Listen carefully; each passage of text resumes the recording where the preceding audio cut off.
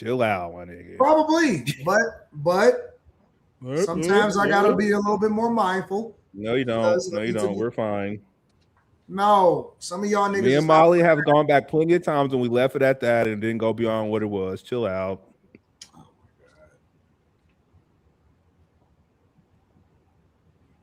I'm gonna step in if I feel It's like okay to be personal about certain people. No, Slimmy, you got thicker skin, so I don't think that you're gonna. No, with thicker skin. No. Molly Stop, got the stop thickest skin stopping up people. here. What you mean? Stop stopping people. So, Let Slimmy, everything you go. would like for me to let things No. go too far? Yep. Absolutely. Why would you want me to do that? Absolutely. Why? It's always fair. Stop. It's not about people. fairness.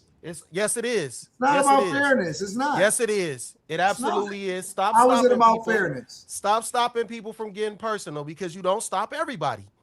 You don't. Listen, this is what it is.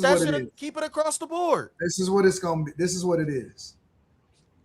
And I'm gonna be honest with y'all. The guys should have thicker skin than the women. That is life. That is society. Don't stop the men from saying things. The guys should have thicker skin. Don't stop the men from saying things. The guys should have thicker skin than the girls. Don't stop the men from saying things. What do you mean? Because you're not telling the women that they gotta stop. You only tell the men that they gotta chill. Because the women are usually no. We don't have to chill if the women can go off the rails. So should the men. That's fair. How did the women go off the rails? Because you done let the women go off the rails several times, plenty of times, countless times. They ain't gotta stop being personal. And this wasn't even a personal situation. Slimmy, the last situation that you were involved in, you were trying to stop the women from going off the rails. What? I'm not going to bring it back up. The point is that we have to start being thicker skinned and more mature and trying to figure out where it's starting to go too far so that we don't. Slimmy. Come back, Slimmy. Come back, Slimmy. Come back, Slimmy. Fair is fair. Nope. Fair is fair. Nope. Baby, if he don't do nothing else, he's gonna take that ball and go. No, Slimmy. Let me tell you why this is important. It's not taking no ball and going home. This is you will literally stop the man. You don't even know what's gonna happen. But you'll try and calm some shit down. But the women can go off the rails. They can say what they want. There's no limit to what the women can say. You can't keep policing the men and not saying nothing to the women. That's not cool. It's bigger than the men versus the women, Slim. This is what I'm trying to tell you. Well, I can't tell. Well, let me explain it to you. You can't explain it because I see it. Why I see can't it I with my explain own it? eyes Why and I can't hear you it with my you ears. You can disagree. So there's with no explanation. You can disagree with my explanation, but let me explain it to you. One of the things that I've been paying attention to is that I don't always want people to get clipped up out of context. Q, stop acting dumb. You know exactly what I'm talking about. What? I didn't say shit. I don't want people. I don't want people clipping up my people, including y'all, out of context. So it's not about whether or not y'all disagree or y'all agree. Y'all always work it out. But at the same time, I don't want people pitting y'all against each other as though that's the truth. It's not true. And y'all know this, and y'all know this because I've heard y'all complain about it. You ain't heard me complain about shit. So now that I'm stepping in and I'm addressing y'all complaints, y'all are sitting here saying, no, let it keep going. Okay, well then don't complain to me about the shit that y'all want me to do. But then at the same time, when it's starting to take place, y'all want to object to it like little kids. Anton, the other day you manipulated a whole conversation. So how did I manipulate a conversation? You manipulated a whole conversation so you could bring up that Spider-Man suit. Yeah, I know what you did. So you can't sit here and say this. Yeah, exactly. That's why I can't even take this conversation seriously. No, Slimmy. Absolutely, I told you. I said put a regular person on the screen because I knew what you were going to bring up. So what do I hear in the background? Slimmy, you can't say that to a hypocrite. That one down there. Right there. Slow down, yep. Slim. It was all fair game. It was absolutely fair game to do that. Keep it the same across the board. That's exactly why I said that, because I knew this moment was coming. I'm Miss Cleo. I see the future, and I predicted this. It isn't even a week later. This is the next episode. You literally stopped the whole conversation. You don't even know what Quinn was gonna say. Slimmy, hold on. You can't sit here and tell me that you think it's the same thing as somebody saying a velour Spider-Man suit, bro. No, I'm talking about like real. You put something on the screen. You put something on the screen that had nothing to do with the conversation. You put some weirdos on the screen. I said, put an average man up there. You doubled down, put another dude up there. I knew what you was doing. I said, see, I know what you're doing. I literally said this. I said, I know where you're going with this. And it wasn't 20 seconds later. No, Slimmy, you can't say that. You can't say that you wore a Spider-Man suit. I know exactly what you were doing.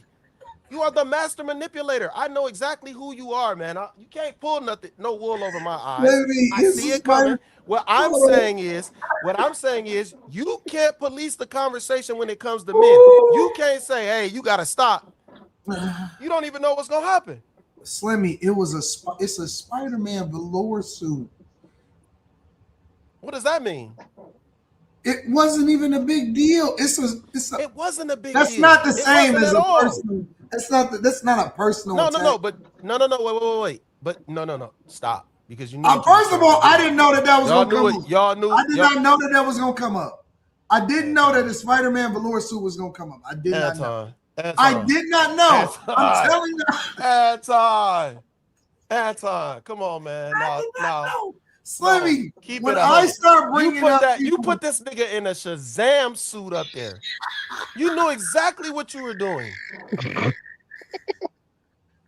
know exactly what you were doing. No, I did not. Slimmy, I Googled. We both play chess, man. Come on, man.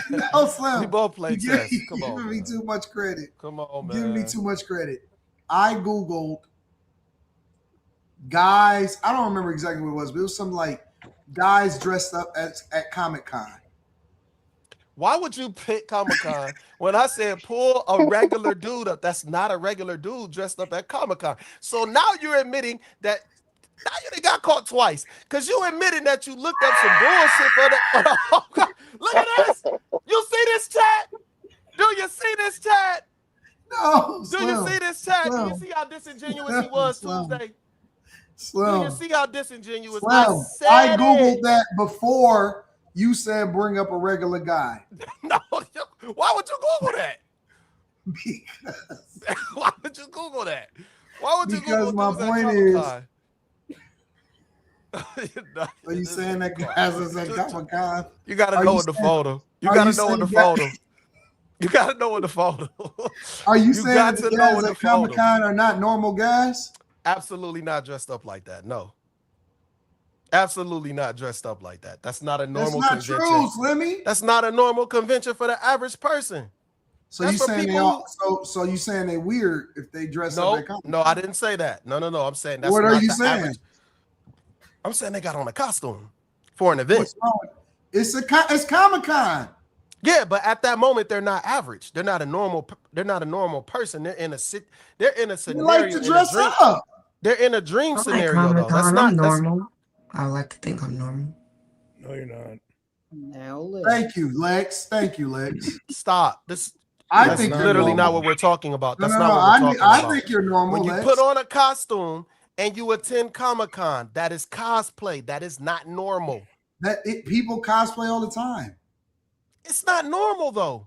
It is normal. It's not a normal thing. It is. So you go to work, you could dress up like a superhero. That's normal.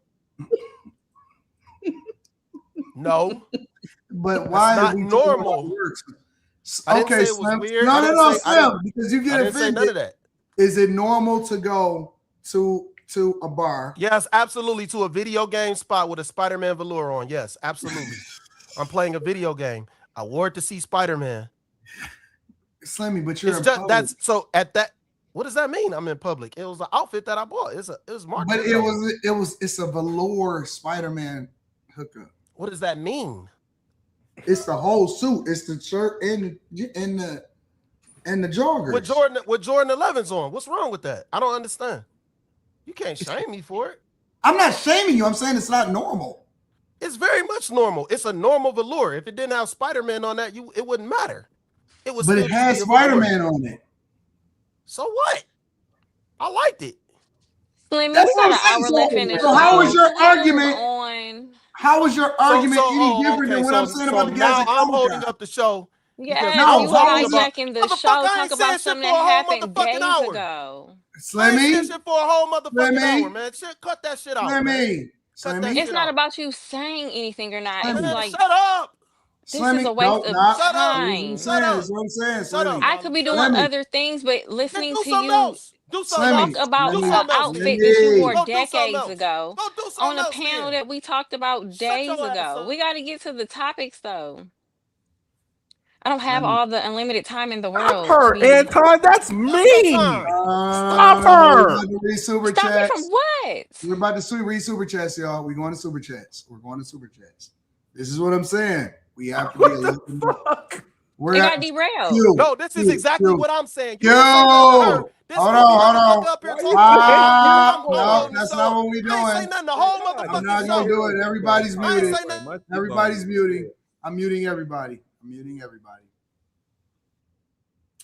I want to make sure that we can read super chats, and I don't want anybody interrupting my super chats tonight. All right. Let's stick around. Let's focus, y'all. Let's regroup. Lil Moody says, "Dog hit the blade." Your fault. Quentin, you were muted. Oh, my bad. Everybody hates Juju, says Anton. Please don't respect Kakarot's wife. What is that? Kakarot's? Kakarot. Oh my God. Kakarot's wife? You were muted. Sorry. Premium Water says, get them all, Slimmy. No one is on your level. Not Italian Molly, not Texican Q, not the Dolphin, not Chirac Lex, not Mexican Sanchez, not Lil Kim, not the new guy. He just called you the new guy. Much respect, AD. Gully says, shout out to AD from East Oakland, California. We salute the hustle. Oh, they're my cousins over there. Shout out to Oakland. Miami Head Fried says TS Car Wash and Detail Service.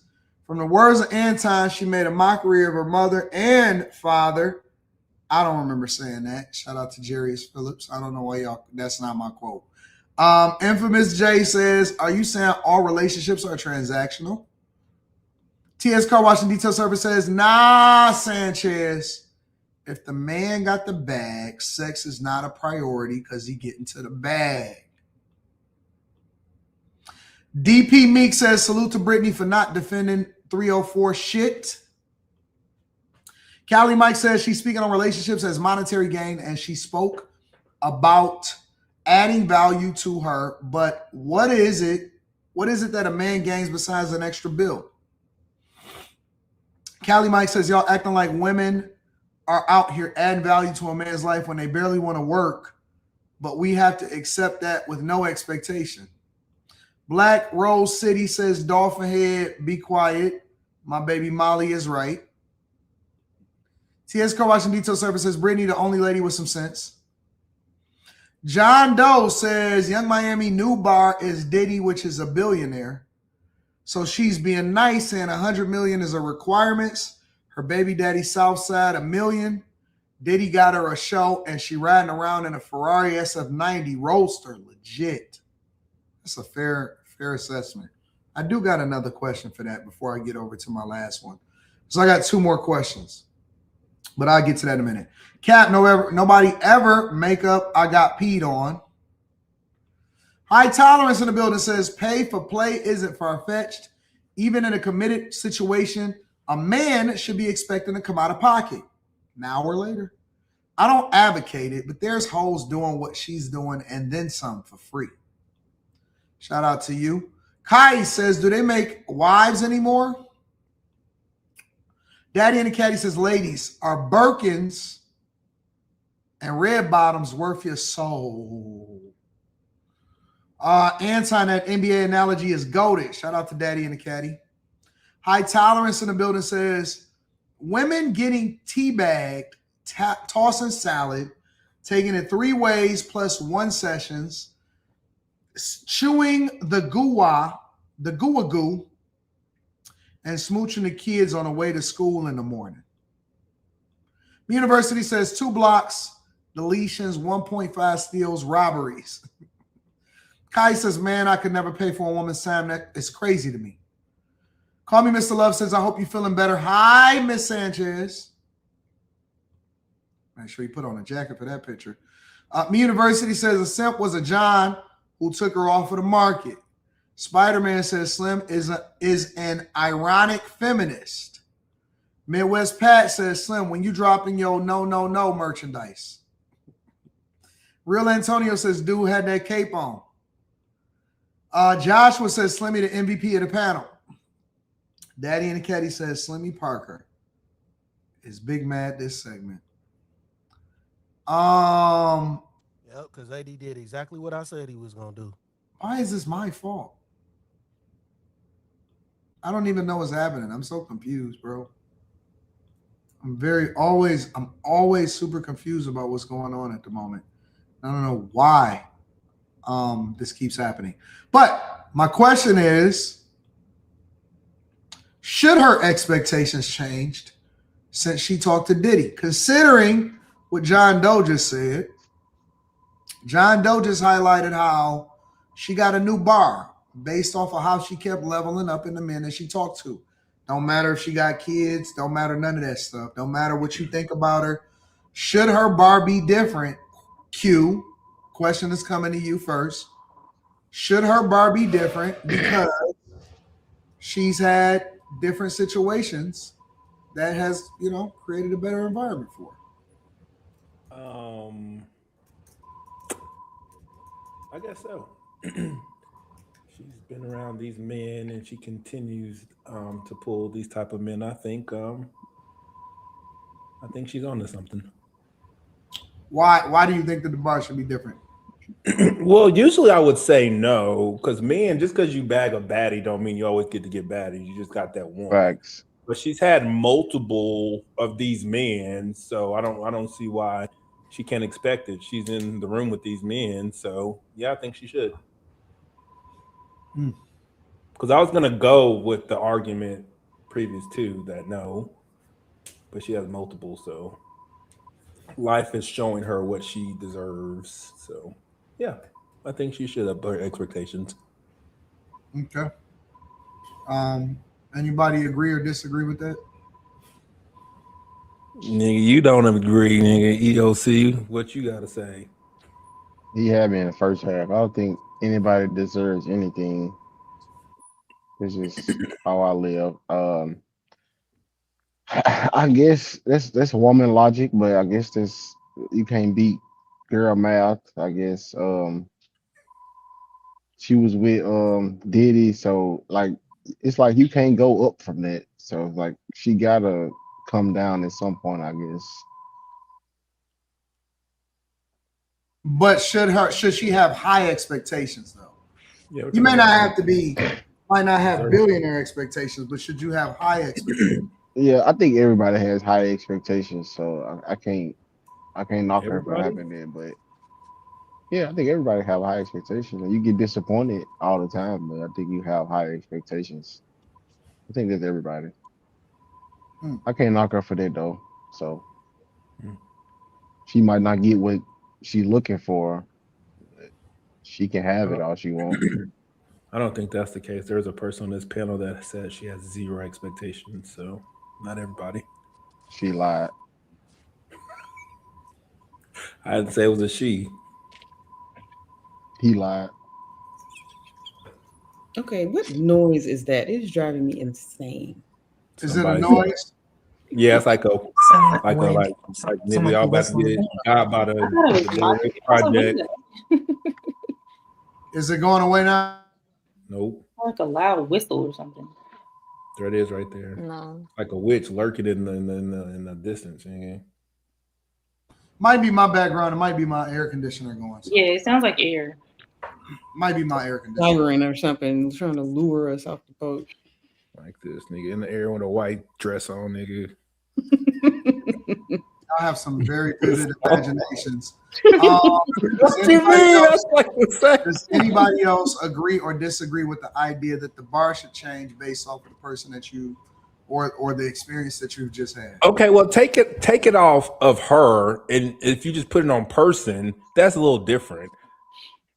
I think your bar, like I said, your life shows you what you can pull. Like if you're constantly getting dudes of this caliber, then yes. But most bitches, nigga, you get a one-off, and that's it. Then you out of there. You know, you get to fuck one bad nigga, and that nigga had a bad relationship at the crib, and he wanted to fuck you, and that was it. And you got to go back to the rest of the normal niggas. It's true. I don't think it's necessarily a one-off. I think that once you set the bar high, you just kind of stay there. You're like, okay, this is now my new expectation, and anybody who comes in under that, you're just not interested. And so that's just kind of how that works. Like I don't see, like Quentin, you said, you know, you can get the baddie. I don't see you getting a baddie, and then your next one, you'd be like, you know, I'm just gonna go ahead. Well, no, I can fuck a 10. No, that's not what I said. I can fuck a 10 one time, but my bar is no longer a fucking 10. I'm gonna go take my ass down back to these raggedy ass 4s that runs them up. Nigga, like I'm not stand up. I know better. I can bag maybe. You're a man. Yeah, exactly. My point. You're right. Men think this way. Women don't. Women think once y'all up there, and it ain't the truth. I feel like whatever you like what men expect from women. So, like, if you are dealing with a woman who, let's just say, her last man bought her McDonald's and never took her out, you're not trying to be the one to take her out. So the last man actually set the expectation for you. Like, if she's dealing with Diddy, you're not going to jump in her DMs because you're like, yeah, bar's a little too high. Just is what it is. Did he raise the price of the brick? Because, I mean, it's not a whole lot of men out there with Diddy's money. Diddy's also in jail for who knows what. So I don't like what's happening right now. Like why do you gotta deal with scallywags? I was being hyperbolic. I just know I can't keep fucking 10s because I fucked one. I'm gonna have to go back where I came. I gotta go back where I came from before I fuck that one. You've proved that there are people too. And so why do you feel like you got lucky? Nigga, because I did. But that explains why he wouldn't consistently pull the 10 because he's like, well, now let me go back to where I belong, so to speak. And that's what you're gonna pull. That's what you're putting out. And that's what you're gonna get. So believe it or not, so believe it or don't believe it, you're right. So if you don't believe that you could pull people like that, then you won't. You prove that you can. You prove that it ain't lucky. No, I proved that I probably caught a bitch on a bad day, nigga, and I made her feel good. Be honest, bro. That's why women don't be wanting to give dudes box, man, because they be acting like some damsels in distress. They don't be having no confidence, bro. I ain't talking about you. I'm just saying in general. It's like that's why women only want guys that got confidence, man, because they don't want to feel like they're giving some charity pussy out. Like they want to believe that they actually giving it to a dude that deserves or really commands that she meet the expectation in order to get that box up. You can't be feeling like you lucky. You're not lucky. Nigga, you just proved that she a human being like everybody else. You proved that she normal.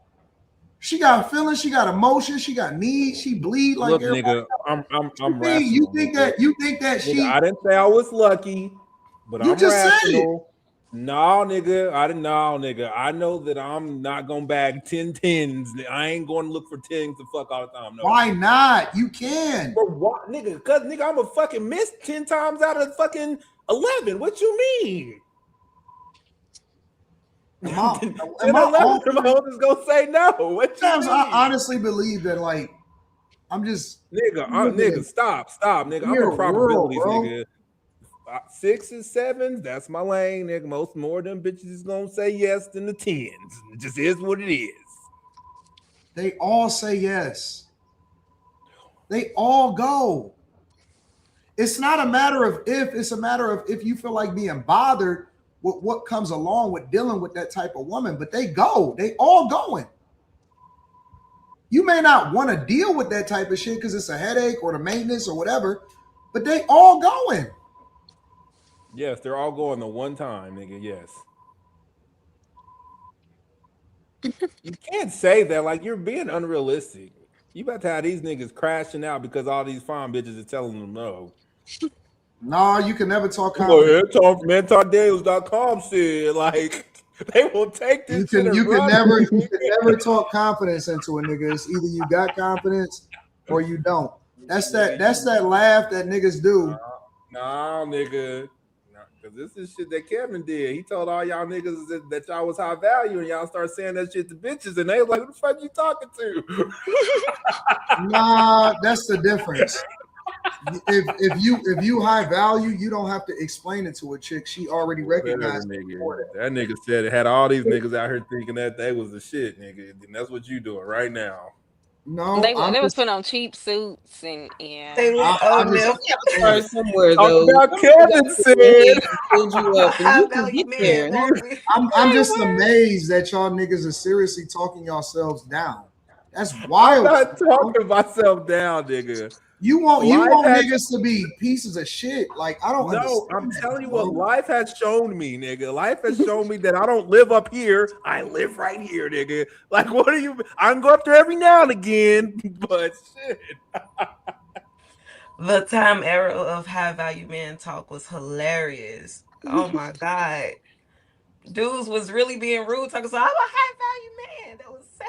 Yeah, I don't know no dudes that was actually. But again, niggas that was all the women hollering about they baddies. So I mean, the dudes that understood the game didn't have to say shit, but they really knew that they was that. That's my point. You can't teach confidence, right? You can level a dude up until the point to where he realizes that he is him, right? Sometimes it take him getting more money. Sometimes it take him actually stepping outside of his comfort zone and doing shit that he never did before. Sometimes it takes for him to travel. Sometimes it takes for him to experience life a little bit differently. Sometimes it takes for him to get rejected, for him to understand that, wait a minute, I don't have a lack of confidence. I just don't have, you know what I'm saying, the game that I really need to have, or maybe I need to level up in this way. But the no didn't break me. It actually didn't do anything to me, and I'm cool with being rejected and still being able to move along with grace. Just because she rejected me don't mean that she didn't like me. It just meant that maybe she just wasn't available at the time or whatever. Whatever the circumstance is, I'm amazed that niggas is really having this conversation where they're trying to convince people that they need to have less. Change the conversation. More. That's weird to me, bro. Nigga. 10 out of 10 is not gonna tell me yes if they're 10s. If I talk to like a 6 or 7, I might shoot 70% with them hoes, and I'm shooting 10% with the 10s. I don't know what you understand about this. I understand that when you walk in a room, not you. I understand that my time is valuable, and I'm gonna go where I am. I understand that when a person walk in a room, in my opinion, I was always taught to believe that you can do anything, that you can knock anything down. I can do anything who Christ who strengthens me. Facts. I mean, you can sit here and troll, but it don't I'm change. not trolling. You just not being realistic, man. I am being realistic. No, you're not. No, you're not. I am. No, you're not. Telling everybody they can get a 10 is crazy. And that's I didn't tell everybody. See, and that's what niggas do in order to try to divert. I didn't tell everybody that they can have a 10. I said that you should have confidence. And that you definitely need to start looking at these people. Bro, all right. These famous hoes. No. I'm gonna keep it 100 with you, bro. It's a nigga that ain't got shit that fucked the chick that you think is a 10. And he fucked her once. No, he fucking her. No, nigga, like you're nigga that y'all. He's not fucking multiple. He's fucking just the one. That's my point. It's a nigga that ain't got shit. He ain't even got a pot to piss in. You got it. He ain't got a pot to piss in, and he fucking a chick that you pedestalizing. I know I got it. I see that shit every day. He ain't spending a dime on her. And that nigga got all the confidence in the world, and he know he can fuck her. And he fuck her regularly. He ain't get lucky. You're a master manipulator. You're a master manipulator. Now I came back so you can see my fucking face. You're a master manipulator. That nigga who ain't got no pot to piss, that's not his expectation. That nigga is grateful that woman said yes. That one time. He ain't fucked 10 tens. What you talking about? That's his expectation. That's his expectation all day long. That nigga know he believe he can get any chick he want when he want to. It's niggas, man, get the fuck out of here. More often than not, too. Shit. Nah. But see, that's an individual problem. That I don't got a lot of guys, problem saying hi, nigga, to everybody, nigga. No, that's an individual problem. Say bye more than the sevens, nigga. Q is right. Q is right to niggas that don't believe in themselves. Q is right to niggas that only believe that they can that they can only get to a certain level. They always talking negative, and they. And my job, my supervisor is right to a nigga. Do not give the customer unrealistic expectations, and that's what you're doing. Q is right to a nigga whose girl is trying to motivate them to be a better man. Q is right to a nigga whose girl gotta say, come on, baby, you know you better than that, but she really hoping that this nigga one day wake up and realize that you him. Q is right to a nigga whose woman want her to dominate him, but he keep asking for permission every time he come into the room. I'm just telling you, bro. Women, man, they don't give a fuck about that, man. They respond to energy. They know a nigga is he him before he even walk in the room. I'm just telling you, bro. All of this, I'm talking down on myself. Maybe you can't teach it. Maybe it just is in you. It's of you. You just got to know it. You just know it, bro. You just know it. But all of these women, every last one of these 10, all of these Hollywood hoes, nigga, we see women, nigga, Holly Berry is with a regular looking nigga right now. I didn't say Hollywood hoes were 10s. You said that. All of these hoes, these women out here that y'all pedestalizing, they fuck regular men. They've been fucking regular men their whole life. All their life. You think that only Neanderthal football players is fucking these hoes? No, we all sharing the same women. All of us. All of us. Crazy. Oh, man, no, man, you gonna have these niggas crashing out. What's the worst she can tell you, no? Nigga, shoot your shot. No. What's the worst she can tell you? Nigga, hey, women who's recently been in the streets, nigga, how scared are you to say no to a nigga to his face? This is why niggas are so scared to approach women today. Because y'all niggas have put it in their head that you got a volume shooting their DMs instead of actually going up and saying. Women got to get a fake phone numbers and tell that nigga no via text and get out that nigga's presence. What you mean? Nah, nigga. Nah, she going. I see these niggas, they like, hey, cutie. I'm sorry, I'm in a relationship. Then they get cussed the fuck out, nigga. Now, these niggas cannot handle rejection, nigga. What? And that mean that they should have been getting rejected when they was younger. That way they would get their reps up. That's why when they grew older and they became grown men, now they can't handle rejection. You can't handle a bitch telling you no. Nigga, shoot or shoot. They don't even look at that as a rejection. They just realize, you know what? It might not have been the right time at the right place. Let me go ahead and keep it moving. They ain't tripping off that shit. I'm telling you what happens in the real world when niggas get a no. I'm telling you what happened in the real world. You say that you be in the house every day. You ain't even in the real world. You say you stay in the house 24 hours a day, 7 days a week. I'm in the house what? I go outside every single day. And the one thing that I see. My gym is outside. It's not in the house. It's outside. I see it. No one can stay in the house all the time. I see it at the dive bar. I see it at the casino. I see it at the sports arenas. I see it in every single capacity. All of these hoes is getting approached by different niggas, and they going for all of them. All of them is it. All of them? All of these niggas is it. Nigga in the plant all right now is fucking your favorite chick. All of the 10s. It's a nigga in the plant right now fucking your favorite chick, bro. My favorite. All day long. He going to work on midnights and he fucking her in the morning time. It's a nigga in the plant right now. She on Northwest 8th Street. Ain't nobody fucking her. Tell you that right now. Okay, let her tell you that shit.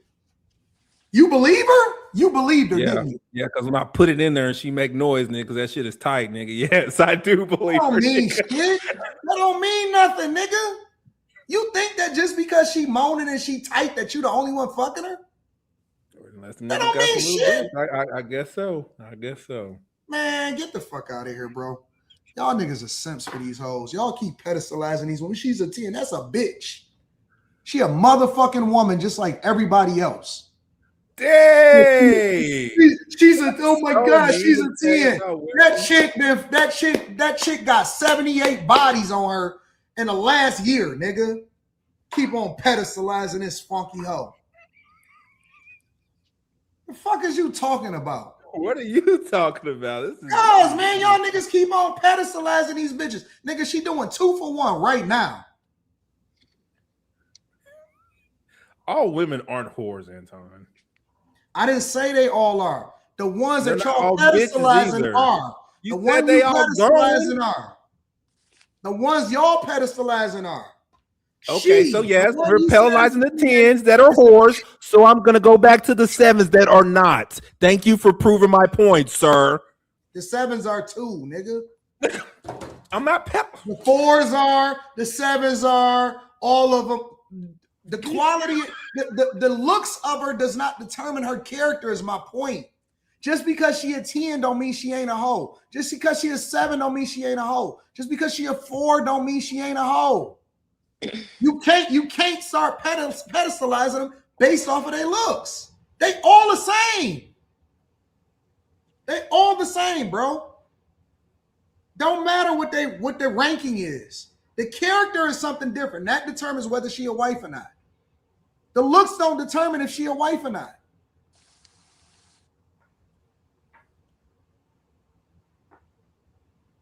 I don't know. Slimmy quit us, so y'all can't get his opinion. That nigga, I ain't bring that nigga up. That's fucked up. Well, I don't see him. He not there.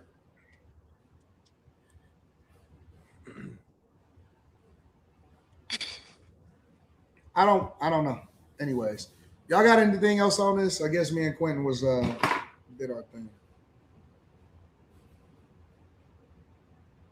Men, don't listen to Anton this one time. But somebody said this, that married nigga. Your favorite bitch is in my DMs right now, nigga. Your favorite content creator, your favorite bitch, the one that you think is so cute and awesome. She in my DMs right now, nigga. I can call her right now and she'll be on her way right now. Immediately, nigga. Newsflash, nigga. Niggas that's married, nigga, we got the most motion. I'm rich, married, and I got a big dick, nigga. I am motion, nigga, and I'm popular, nigga, and I'm him. Isn't that a song? I'm popular. The fuck is you talking about, nigga? Get your confidence up. Fuck every chick you got.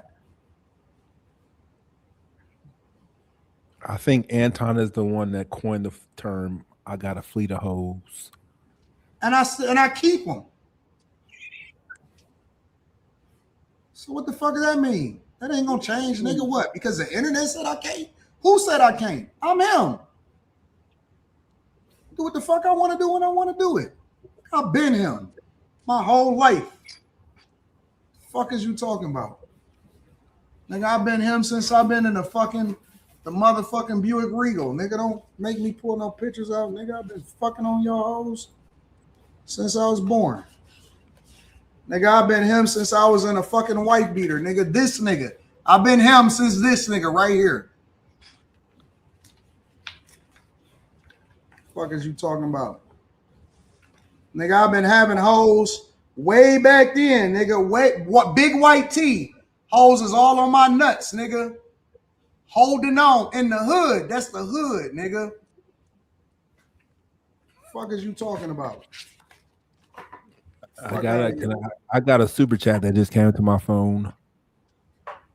It said my 8-year-old says he's him. That doesn't mean anything. Good. Then that nigga's a winner. That 8-year-old say he is Timothy. That's literally his next tag. He literally calls himself Himothy.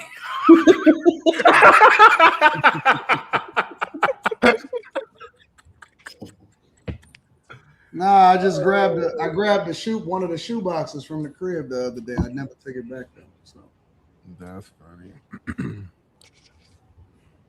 Anyways, let me read some of these super chats. This is all Quentin's fault. This is the guy's fault tonight. I blame Quentin and I blame Slimmy tonight. Me University says 11s with the red and blue velour. You was Venom.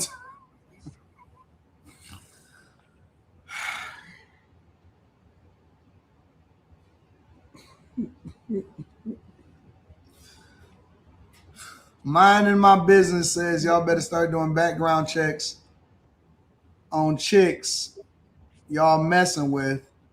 Her current city is her 5th one in 5 years, and her name ain't Cynthia but Barkeisha. Cynthia going too, nigga. Slim, where them hats at? Yeah, they on his ass. Sierra Level Up song is fire. Miss Samantha says shout out to Room 9 and Mr. Q sending love from Arizona.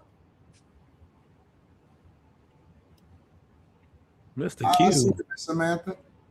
Kai says you're giving these women way too much credit, Q. TS Car Wash and Detail Services. I had another guy before ask me how you pull that. That is the weakest shit ever. Anton is right, says Daddy in the Caddy. 9s and 10s are actually easier to bag because most men don't approach them in real life at all.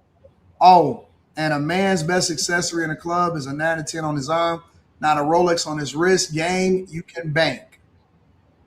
TS Car Wash and Detail Services. They say the broke dudes be doing that for a place to stay. Worst rejection is going home wondering what if. Bruh, most hoes are burnt out train wrecks. Shout out to Kais. I appreciate y'all. All right, one more question for y'all before we get up out of here. Drewski. Yeah. That was him. That white lady? Yes. I didn't know who was in there. That was funny. I was crying. Drewski in the building. All right. Get on your feet, boy. That nigga looks slim thick. Pause, Q. Bro, man. That nigga got good knees. Pause We have to again. protect all men in America, especially all white men in America. Those are the boys that we care about in this country. America is built on their backs. Yes. Because they are the ones who mattered most.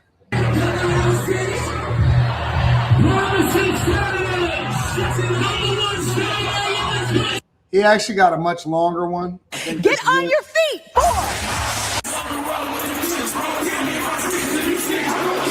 War is raging in Iran. We're praying for all the soldiers and troops. That's great that you're praying, but how about all the kids that died when the USA hit the towers? It broke my heart. That is the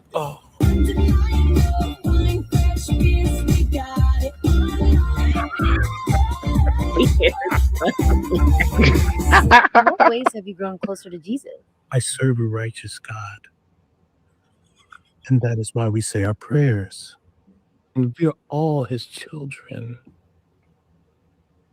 But when I say children, I mean like the holy, blessed Trinity, which is why I hold the Bible.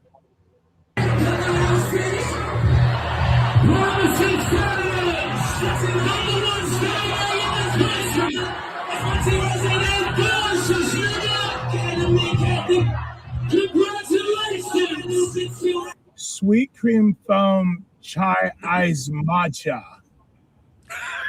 And Bella will have all organic pop cup. organic. Yes, everything organic.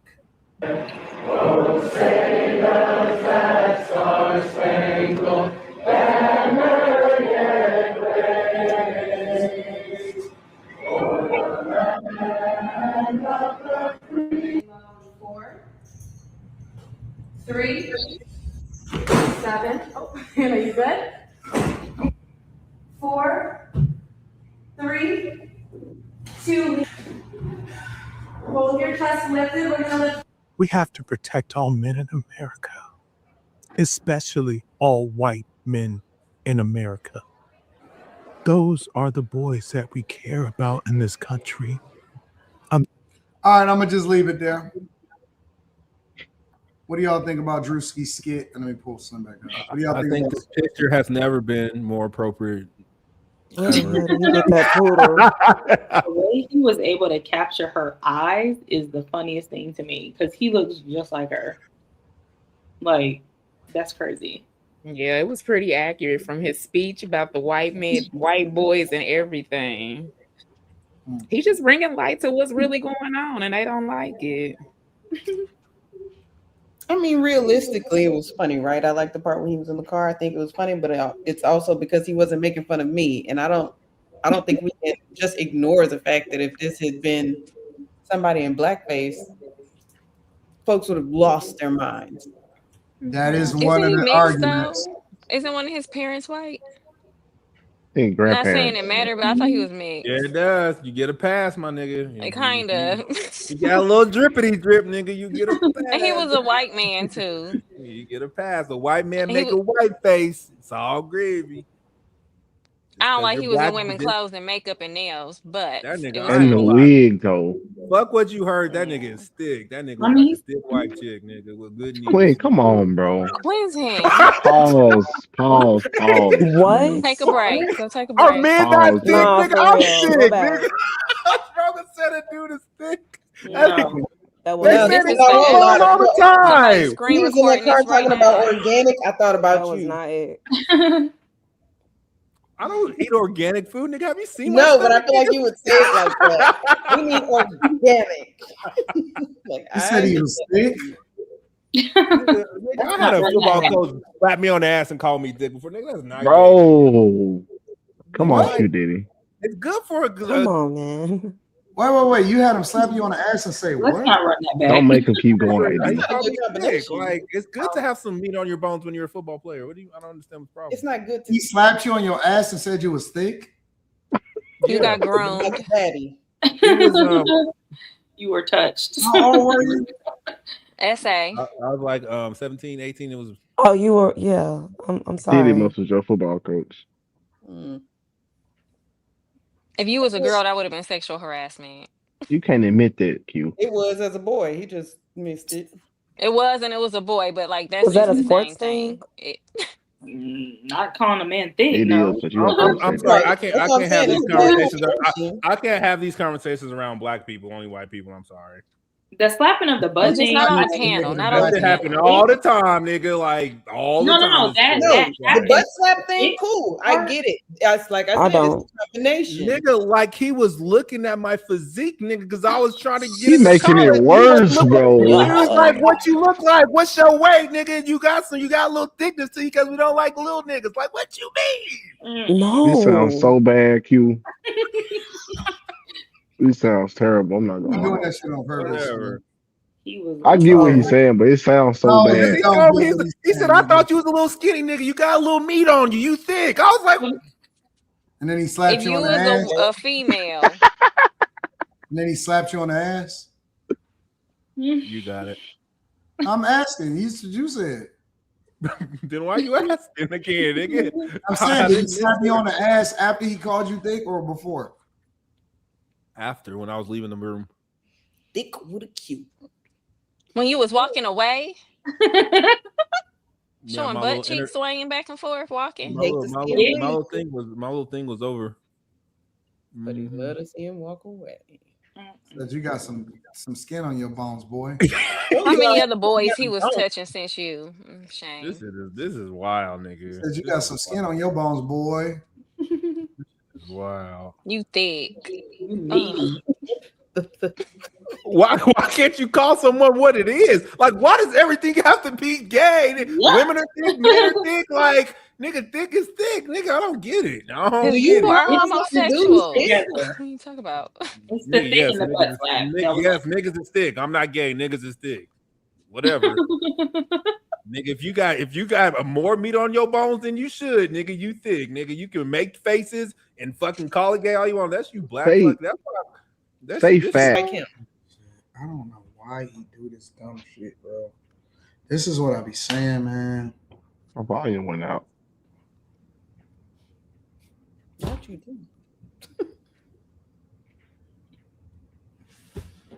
What happened? Quentin went off and racially profiled all of us. Yeah. He said he spelled the hard ER.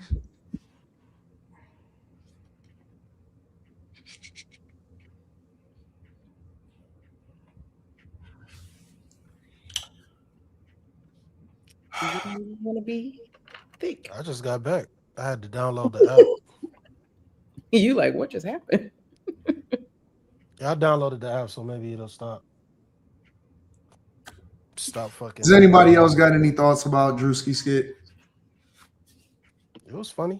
Yeah, it was funny. I think we slowly watching him turn into a legend. He not afraid Drewski? Yeah, he not afraid to take chances. You know, normally people would be they try and stay politically correct about things. I think he just mocking whoever he feel like mocking and having a good time while he doing it. I thought it was funny, but at one point, are we gonna say, or one day the jokes are gonna start getting on black people? Are we gonna get mad? He did black pastors that were mad. It was still funny. He's done. You either got a sense of humor or you don't. Like, that's how I feel about it. Yeah, he does everybody. He do hood dudes, white people, black people. Yeah, for sure. I'm not talking about him, a black man doing black people. Yeah, that's what I meant. Like white people turn around and they do it. Mm-hmm. Where's the line? If it's funny, it's funny. Right, I'm gonna think it's funny, but we realistically we know that that's not how it's gonna go over. I thought he was mixed, so I didn't care either way because I'm That like, don't you even half matter, white.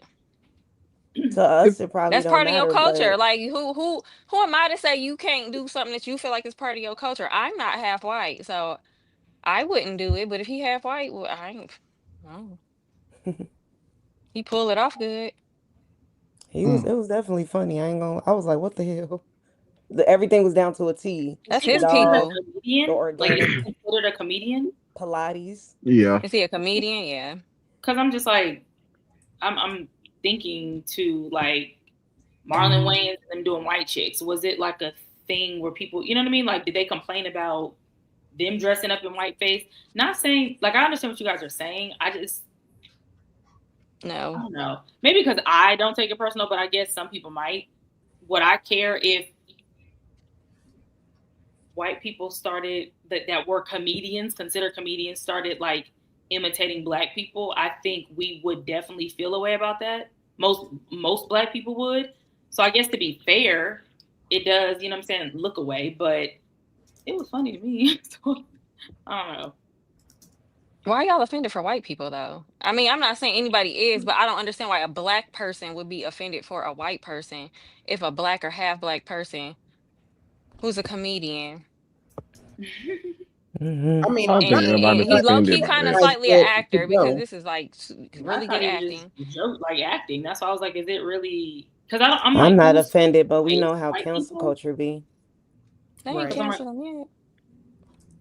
Yeah, if white people ain't tripping about it, I don't care. I thought white people love Drewski. They love Drewski. I think they do too. Their only problem is they just keep saying, "What if a white person did a black person?" Right. The problem is that that's the only thing. You know, it's just like the hard ER. Why can't I say it? Kind of stuff. You know, that's all it is. They don't want to do the same thing. That's the only issue. And am I offended for anybody else? No, I don't care.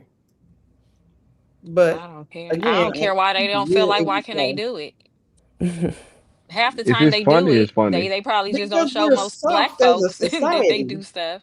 Facts. Comedy is comedy. That's why I was wondering, do it have limitations? Because somebody gonna be like, somebody gonna is always have to be offended. Like, right. I don't feel like it used to be that way, but now everybody's so soft and crying in their pillows at night. Like they just can't let comedy be comedy. They had a disclaimer about Scary Movie 6 or something coming out, and it was like, we don't want to hear nobody crying about it because everybody's getting smoked. Well, the problem is that black people get so easily offended and want to cancel people when it's on them. Honestly, that's really the problem. Yeah, because white people don't care. I think it's not so much of the hypocritical part. Yeah, it's cool if it's hypocritical, but it's only cool when it's on other people. It's not cool when it's on black people. Then it all becomes offensive. Then it's like, oh, your cultural misappropriation and all of this other bullshit that they be talking about. That's where the real problem is, to be honest with you. No, that's not true, because there's It a is dark very history. true. No, there's a dark history behind blackface, so you can't compare it. I ain't even talking about blackface. I'm talking that's about when people get any- mad. I'm talking about when anytime that somebody else starts to talk about or imitate or have a conversation about anything black, and if you are not black, then they do absolutely get offended. And I ain't even talking about whiteface. Robert Downey Jr. Didn't. Nobody was mad at Robert Downey Jr. for That absolutely was a conversation. The only reason he was able to pull it off is because it was. Well, what other way are you supposed to do it? Hold on. They were absolutely having conversations about Robert Downey Jr. wearing blackface. If it wasn't a thing, then how it was definitely a conversation. No, people laughed. It was definitely a conversation. There wasn't no pressure put on him. Okay. There wasn't nobody trying to cancel him. That's not true. Black people get offended. Well, technically, he was already canceled. The way that they talk, or the way that they wear their hair, or just anything to that nature. Black people definitely get offended about other cultures, mainly white people. I'm gonna say either imitating them or anything that has to do with black people. But black people can talk about anybody and it's okay. Like, that is a fact. Other cultures don't like when white people appropriate their culture either, though. It's not just black folks. Indian people don't like when white people. Nobody likes when white people pretend to be anything other than white. It's not just black folks. Like, I think we think it's just white and black people here in America. Nobody See, likes the thing when is, white people do anything. Asian people don't like when white people pretend to be Asian. They don't. Indians don't like that. Like, nobody likes it. No, because trying to be white and accommodate the thing is, though. The thing is, black though, folks like, is always people, crying. Everything seems to be whitewashed, and people don't like it because you got movies where it's supposed to be Asian characters, and white people are playing those characters, and they're like, "Why you do that? Why'd you have them be white? Why didn't you have some Asian people for the role?" Like, it's not because people are offended because they just want to be offended. It's because it doesn't make sense. Like, it's not humorous. It's not funny. You're just doing things just to do it. So yeah, people are going to be offended with that. Most of the time, it's not comedy. When Robert Downey Jr. did what he did, it was a comedy. So people laughed. They didn't try and cancel him. And like EOS said, he really was already canceled. He was on his last leg. It boosted his career. He came back as Iron Man. All good. So that's not true. Black people ain't offended by everything. What they're offended when you start talking about blackface, there's a different, darker history behind that. That's why I prefaced it with blackface. Yes, that's problematic. Very much so. Because it's meant to be disrespectful. It's not meant to be funny. It's not meant to be funny. Sometimes being funny is disrespectful. Slimmy, you can't separate the two. Just because people laugh at it, don't make it.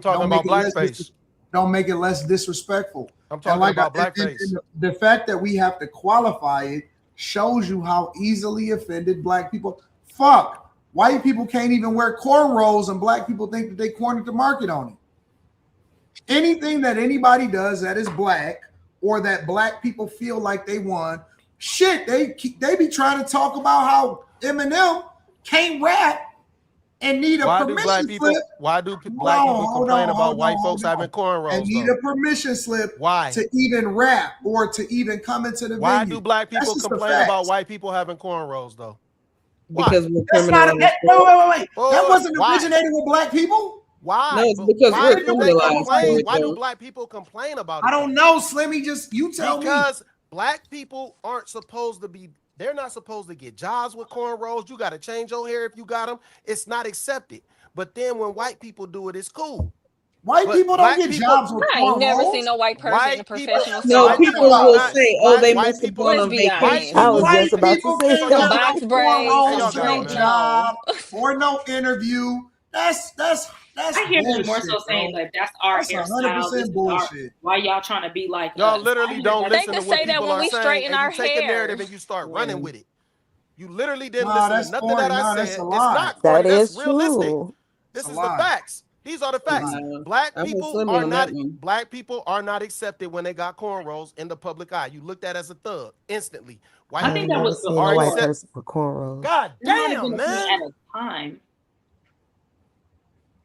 What are you damning about? You cut people off too. You cut me off.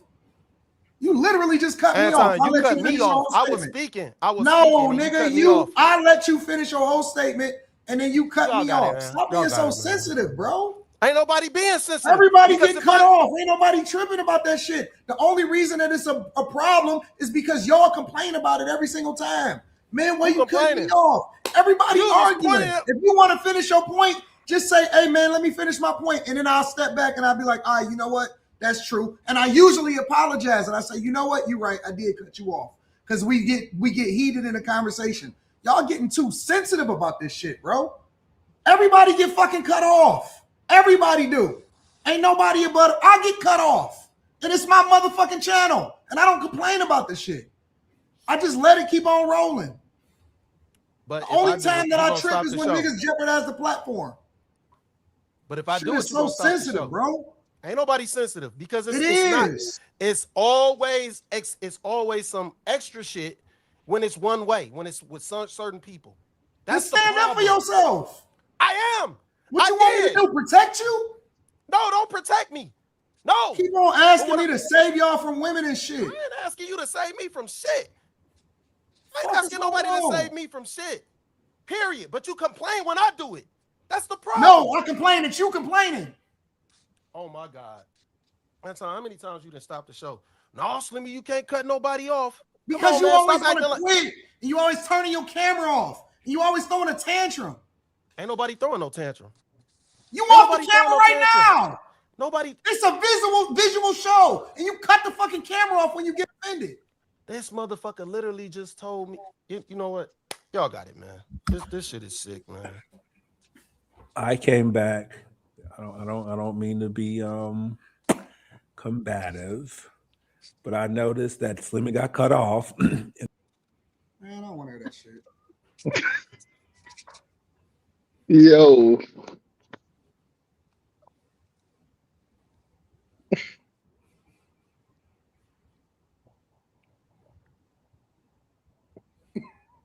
Well, that just went left.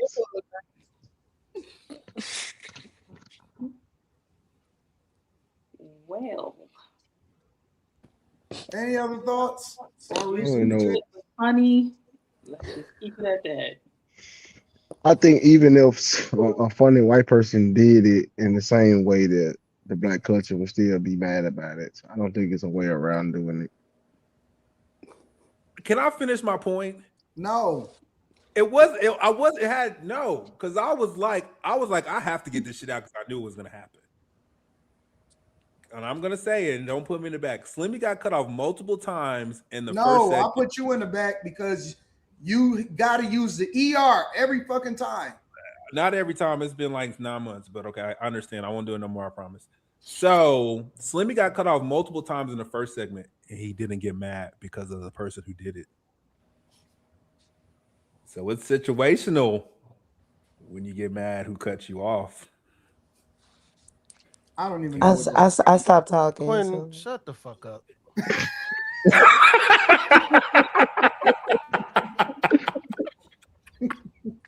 Oh, Lord.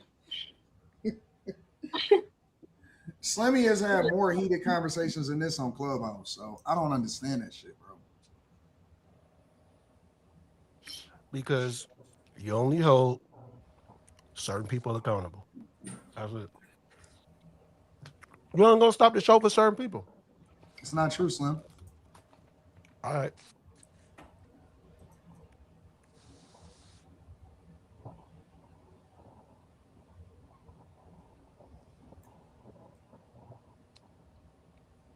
Washing clothes, Anton? Am I washing clothes? You said, am I washing clothes? Yeah, it sounds like somebody's washing machine is running. No, it's just the air conditioning, I guess. I don't know. No, but that whistle stopped. That's all that mattered. It's just white noise to me. But I'm trying to. Why is it not called black noise?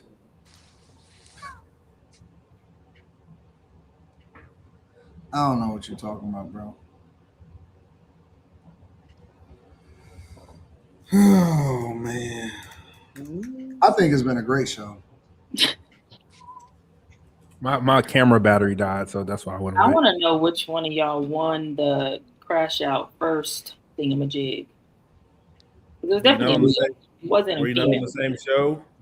Let the chat decide. I feel like about to start a crash out with the question. No, I mean it's a good question. It's a good question because I thought it was funny when it was proposed. So that's why I'm like, it wasn't a female. It wasn't one of us. It's out. It's never us. Why are you trying to personally attack Slimmy? I didn't even say it's always the women. I can tell you that right now. It's always the women. Why do you fall for that shit? You know he just baited you, bro. The women. No, I didn't. I knew who she was. She was just like, that's dumb. Why you would do that? Because I knew like he just baited you, bro. Who baited me? What are you talking about? He didn't hear what I said. What are you talking about? He tried to bait you. What Molly said? You didn't hear what Molly said? What did she say? Molly said it's never the women. Yes, it is. It's always y'all. It's always y'all. That's the problem. It's always y'all. I think y'all might not agree with what we say, but we don't be crashing out. Yeah, I don't think we crash. No. You definitely do. You're disrespectful. We have stoicism. You don't have stoicism. No, you don't. You'll leave if the conversation gets too hot. If you don't like what someone said, shut up too many times. If someone says, if someone says something you don't like, you start to overtalk them. What do you mean? Who doesn't overtalk on this panel? No. There's a difference between overtalking and cutting off. You won't let somebody. I don't even yell. It doesn't matter if you yell or not. It doesn't matter. You're going to not let somebody speak if you don't agree with them. If you feel like they have they're saying something that you don't like, you're just going to start talking no matter what. You've done it 1,000 times. It's what you do.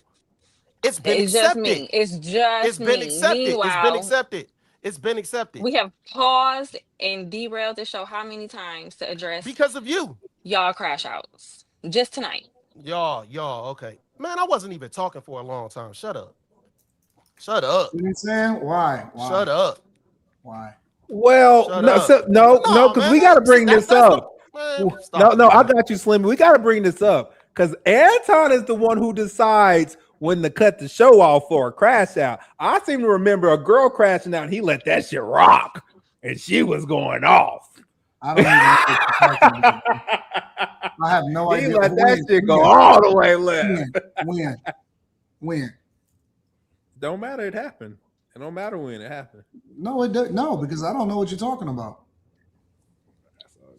You talking about a couple weeks ago or a week ago? I just said it happened. That's the only thing that matters. I ain't substantiating my argument. I don't even know what you're talking about. I'm not nobody's babysitter at this point.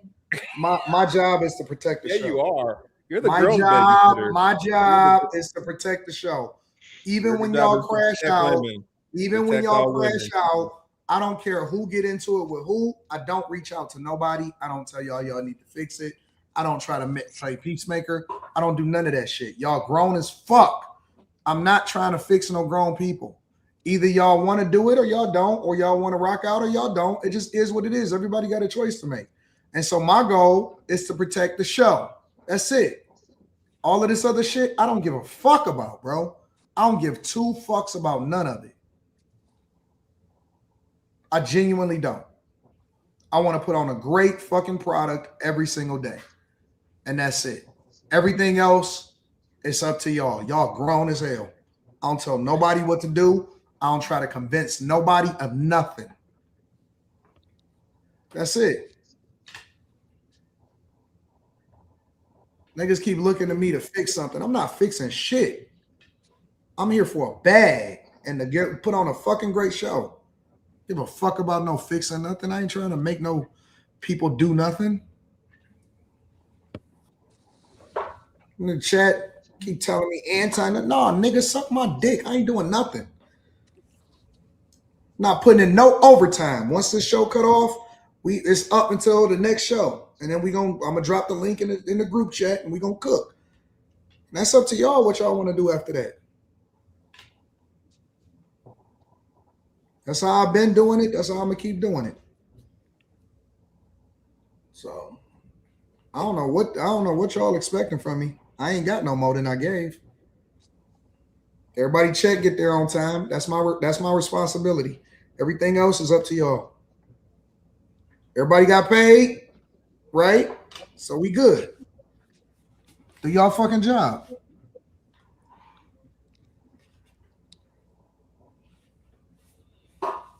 Any other thoughts before I read super chats? All right, let me read these super chats so we can get the fuck up out of here. Y'all niggas need some rest. Nah, nigga, you don't need to say nothing else. That's rude. Hey, Brittany B. Is that really her? Yeah, shout out to Brittany B. I came to say hi and I walked in, so I got a blank, a big dick. That's what I said. Gotta love AD. I'm loving it. YouTube won't even let me type what you said. See, I'm getting. Daddy in the Caddy says Q's coach was trying to tailgate his hoagies. Jarius Phillips says Q Diddy put that ish in the red.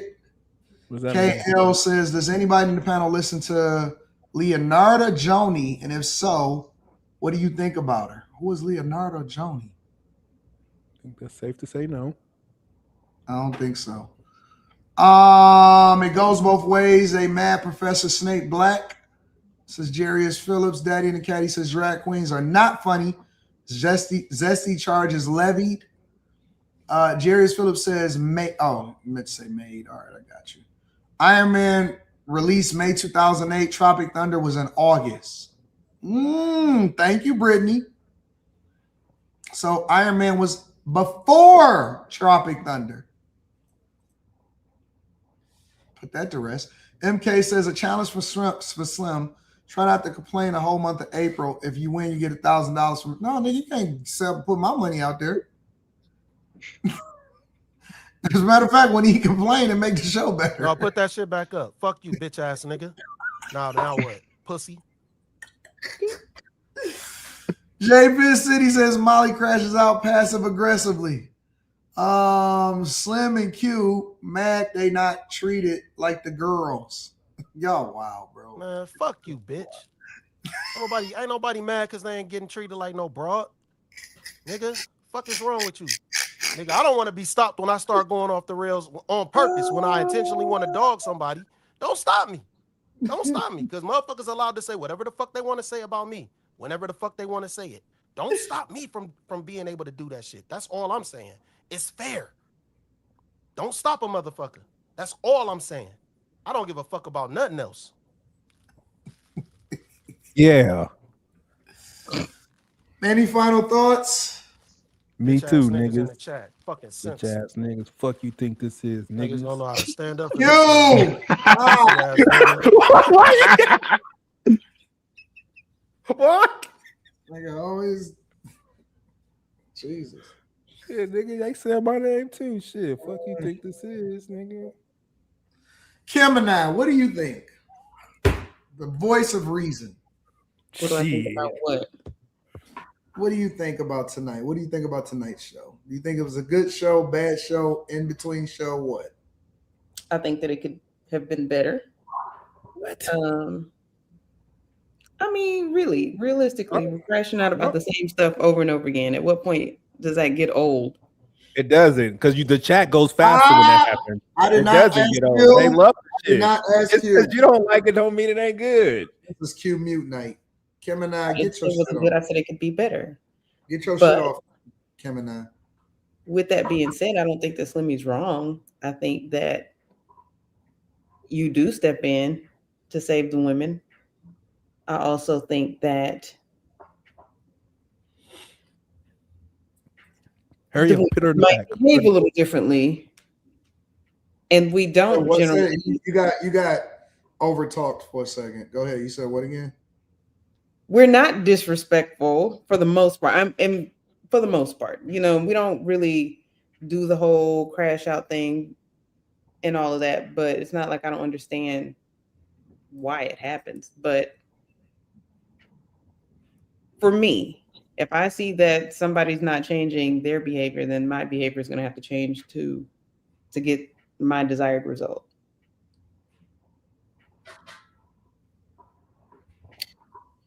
That's it.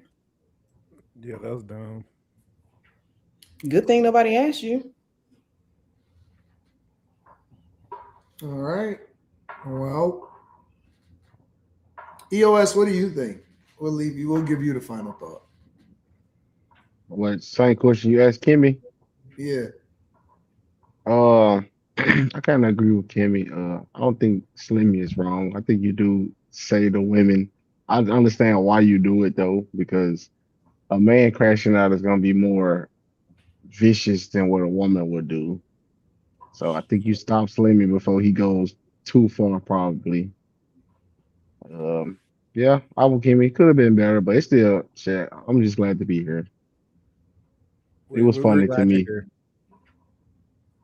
It was funny to me, but I kind of agree with Kimmy for the most part. The women have crashed out before though, and you didn't say that, AD, so I kind of agree with that too. But I don't think it's that bad when they crash out because it's not looked at as a certain way as when a man crashing out on a woman, if that makes sense. All right, that's what's up. I'm not asking Q his opinion. Why not? Nobody cares about your opinion. That's why. Well, I'm not asking Q his opinion. That's fine. I think Kim should have gave a better I'm answer. not asking Q his opinion. I would like to take back my compliment about your hair. I don't like it. That's fine. Now what these hoes been saying all day when I FaceTime them leaving the parking lot. Them sixes, them 4 5s and 6s. Don't matter, nigga. They all like this shit. This is what today. Even though Michael says without K, Detroit is trash, Cavs is trash too. Tony Esquire says it's all good now, but black people were crying when Drewski dropped that pastor skit. Yeah, but he black. People are the most offended group of people in the whole world. Dude Tang says, got the super sticker. I appreciate you. DJ Ace Production says, chat rage is wild work. Slim's right. Let Slim cat fight with the girls, says Daddy and the Caddy. Y'all niggas is trolling. Ronald Wallace says, all hell Queen Molly. Divine, feminine energy unmatched. Every man bows. Every king kneels. Your aura. False. I'm sorry, Slimmy. Absolutely false. Slimmy, I would like to finish. Slimmy, It's not I a would like super to chat. It's not a super chat. Slimmy, I would like to finish the super chat. Bro. False. Cat. Your aura rules all. Start the matriarchy. Hashtag men submit now. That is from Ronald. That is from Ronald Wallace. Who is that, bro? 9524. We appreciate you, Ronald Wallace, for the 100 THBs. Thank you, Ronald. All right. Wow. That's not me. Sonar again. Whitney, that's you. That's not me. Because I don't even have nothing. I don't even have nothing going on right now here. Like even the air ain't even on. That's somebody else's. I think that's Q Diddy's. So what? I didn't hear. The little air. That's saying it was sonar. That's air. That. Yeah, that's definitely somebody else's. I had muted and I could still hear it. All right. Any other thoughts? Love the entire panel. Chat Lives Matters. Hey, Brittany B. Any other thoughts? That was a super chat? Yes. Oh, it looked different on the app. Everything I read be super chats. Everything I read be super chats. They look like regular comments popping up. Yeah, probably. It do look like that on the app. Oh, okay. That's why I'm like, oh, okay. Oh, You was trying to stop me because you thought it wasn't a super chat? Yeah.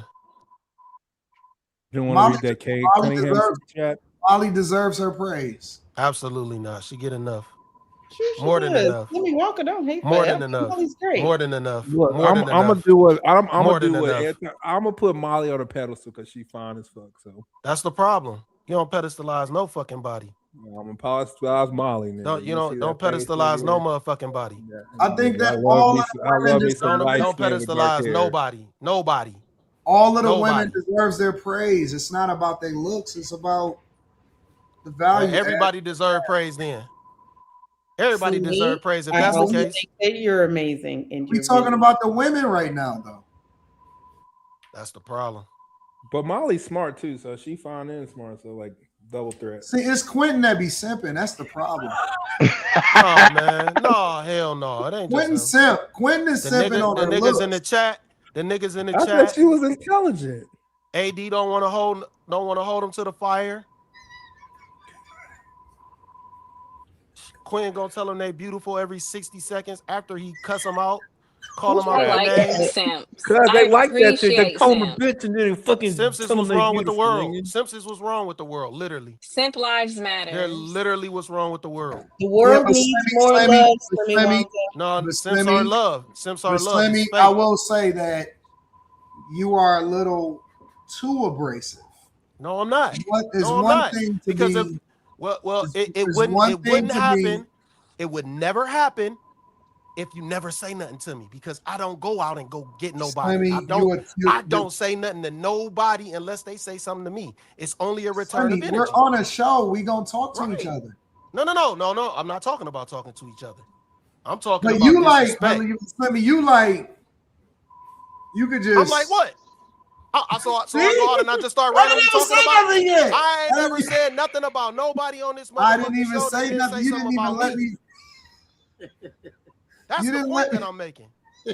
So I can't. You didn't so if let I'm me finish abrasive- my example, and you was already I'm on 10. If I'm abrasive when you say something to me and you come left, that's your fault, not mine. Slimmy, you were That's your fault, already not on mine. 10, and you didn't even let me give my example of what You you were said like. I'm abrasive.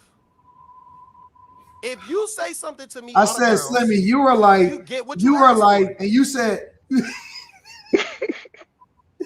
you was like, I'm like, what? And I'm like, What's wrong with damn. that? You said I was abrasive. I didn't say it yet. I didn't say nothing. I'm living up to it. You I said did I'm not say abrasive. abrasive. Wait, Anton. Slimmy, all right, hold on. This is You real didn't talk. say I was. You didn't just say I was abrasive. Hold with the women. on, wait. Because Slimmy might be hearing shit. Honest to God. I said, Slimmy, you're like, and he said, I said that he was like abrasive. You did. No, You said that nigga, before. I'm not gonna lie, AD. You did say he was too abrasive. You did. No, I'm talking. I'm not I thought you was gonna call him something else, and you said abrasive. Listen to what I'm saying. I'm talking about when I was about to give an example of what he was like. I had an actual prop and everything. I didn't say abrasive in that specific instance. I was about to say, Slimmy, you like this little thing right here. You know, like if you just move it a little bit. Manipulation. I'm being honest to God. That's what I was, bro. I You literally calling him had, soft now? You thumping soft straws? That's fucked up. all right, man. Y'all niggas is wild, bro. You said you thumped the straw, nigga. No, I was about to, you being manipulative. You know what I meant. I was about to say all you got to do is move him a little bit, and then he'll be like, "Arr!" sometimes, and he'll be like, "Wait a minute, bro, it wasn't in like that." That's cap. That's cap. So let me. Okay, so let me ask you because he's just used to people coming at him, so he just has a natural guard up at this point. Slimmy, do you think not a you have? guard. Do you think you have a temper, Slimmy? Everybody has a temper. I'm asking you. Everybody has a temper. I'm asking you.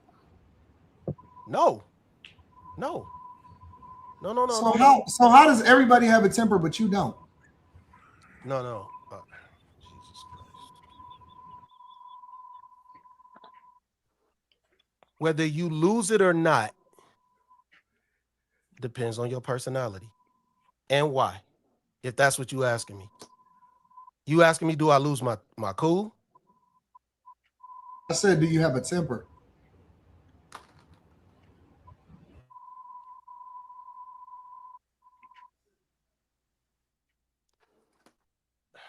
Man. Everybody does, man. What do you mean?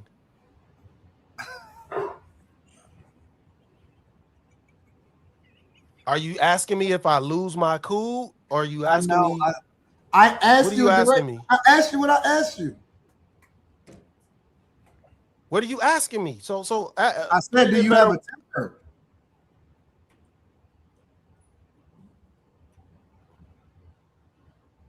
In what way?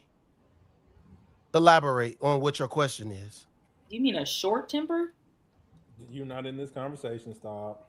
I mean, at this point, I'm confused about. Never mind. And you weren't either, but you inserted yourself. Like, I just asked a question.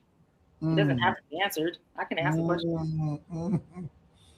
Yep, tempered. She see that she just lost her temper. Yep. I didn't lose anything. I just said I can ask a question. She not standing down just because your name is Q, nigga. I'm not. I don't respond to nonsense. She's inserted herself in something she shouldn't have. And so did you.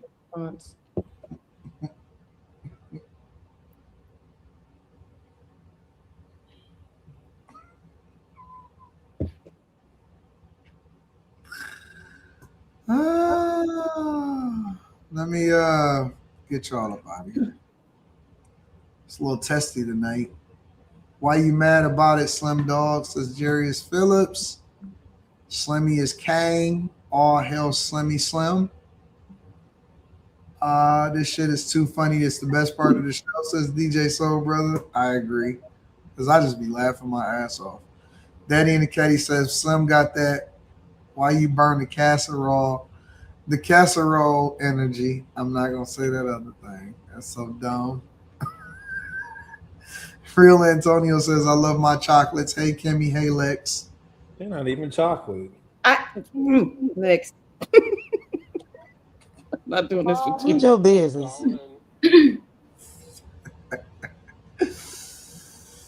All right, y'all. Listen, we love the chat. We appreciate y'all. It's another one in the books.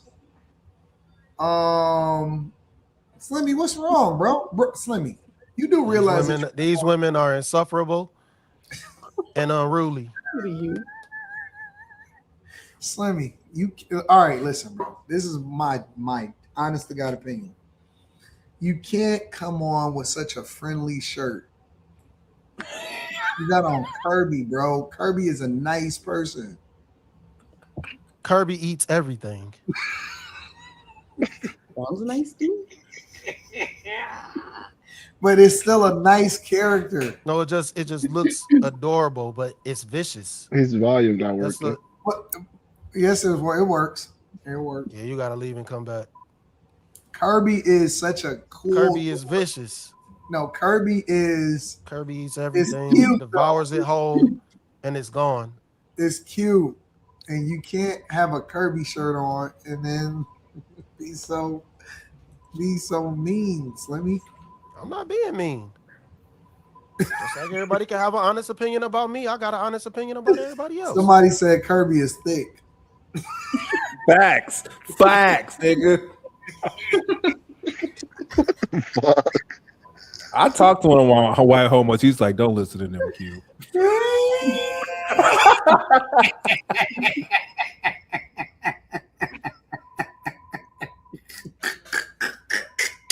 I don't know. I feel like it's sexual anytime a dude call me thick. I'm just saying, like it is. Oh, okay. I thought maybe I was wrong. You are. Oh man. Maybe they backhand calling you fat. We both know I ain't fat. She ain't fat though. I'm just saying.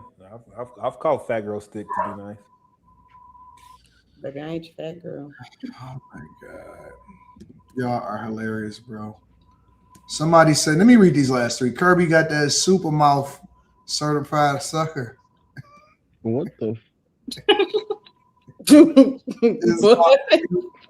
Joshua said, this is my favorite reality show.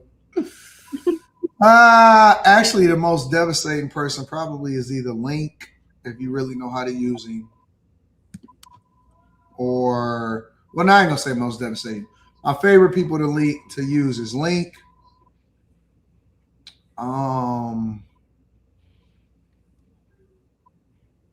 like Luigi. Ouija can be really dope. I'm trying to think of somebody else. King DDD is dope. I like King DDD. So, nah, Slimmy got that short fuse and crashes out for everything, even when he wrong, says Evil Shade X.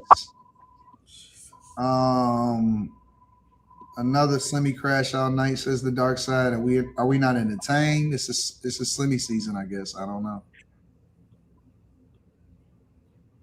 So, all right, y'all. I guess that's that. We love y'all. We appreciate y'all. We out. Peace.